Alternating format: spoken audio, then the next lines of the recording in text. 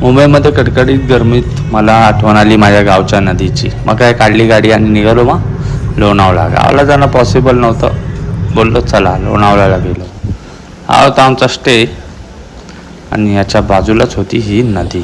वातावरण हे एकदम गरमी में थंडा थंडा कूल था. मुलं मजा करत होती. मग काय तुमच्या भावाला मोह आवरला गेला नाही.